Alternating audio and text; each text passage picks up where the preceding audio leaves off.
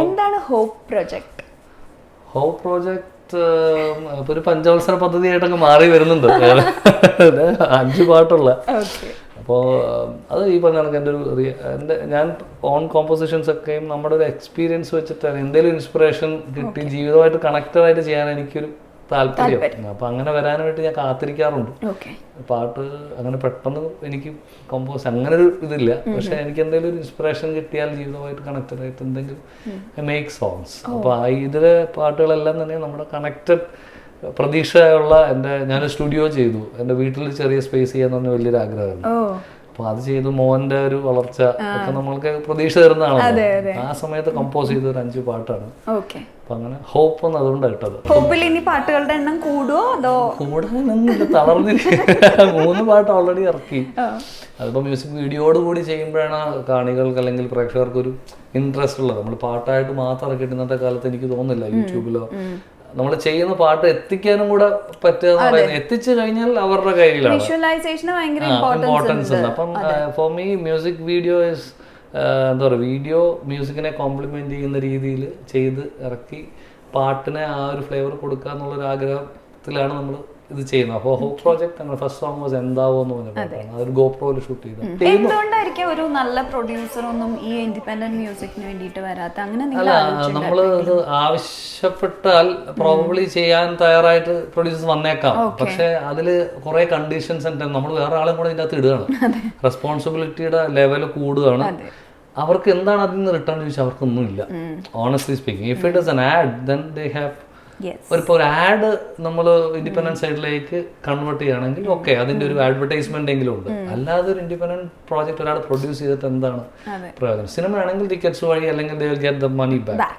മറ്റേന്ന് വെച്ചാൽ ഒരു ഇപ്പം കലാകാരൻ എന്നുള്ള നിലയ്ക്ക്, പെർഫോമർ എന്നുള്ള നിലയ്ക്ക് ഞാൻ അതിൽ നിന്ന് സ്റ്റേജസിൽ കൂടെ എനിക്ക് എൻ്റെ ആ പാട്ട് ദൈവസഹായിച്ച് ശ്രദ്ധിക്കപ്പെട്ടാൽ എൻ്റെ പേരിലേക്ക് വന്നാൽ മുന്നോട്ട് ഷോസിൽ നിന്നെങ്കിലും കുറച്ച് പൈസ തിരിച്ച് കിട്ടും. പക്ഷെ പ്രൊഡ്യൂസറിന് എന്താണ് കിട്ടുക എന്നുള്ളത് വളരെ എല്ലാം പ്രൊഡ്യൂസ് ചെയ്യുന്നത് അല്ല, ഞാനാണ് ഏക പ്രൊഡ്യൂസർ. മുതലാളിയല്ല, അല്ല ഇപ്പൊ എന്റെ പേരിലാണല്ലോ പാട്ടുകൾ ഇറങ്ങുന്നത്. അപ്പം അബ്സല്യൂട്ട് ഇത് ഞാനാണ് ചെയ്യേണ്ടത്. എല്ലാവരും പ്രൊഫഷണലായിട്ട് തന്നെയാണ് ഡീൽ ചെയ്യാറുള്ളത്. പക്ഷെ അതിന്റെ സഹകരണ മനോഭാവം എല്ലാവരും കാണിക്കാറുണ്ട്. നമ്മൾ ഇത്ര ഒരു എഫേർട്ട് ഇടുമ്പോൾ അതിന്റെ കൂടെ നിൽക്കണം എന്നുള്ളൊരു ഫീലിംഗ് എല്ലാവർക്കും എൻ്റെ കൂടെ ബാക്കിയുള്ള ഓരോ ടെക്നീഷ്യൻസ്. ഇപ്പം മുല്ല എന്ന് പറഞ്ഞ പാട്ട്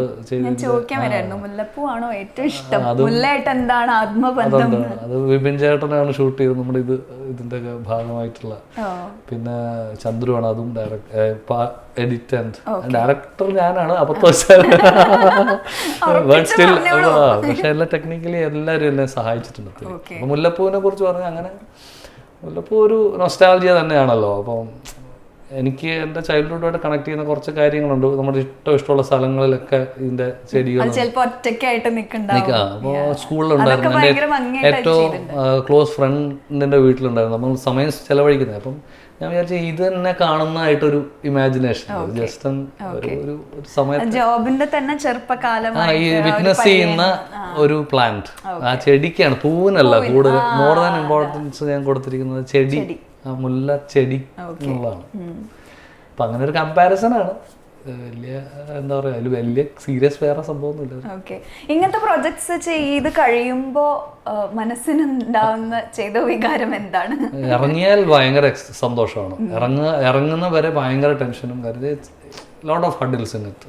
അപ്പൊ അത് എങ്ങനെയെങ്കിലും ഇറക്കുക എന്നുള്ള നമ്മുടെ ആഗ്രഹം.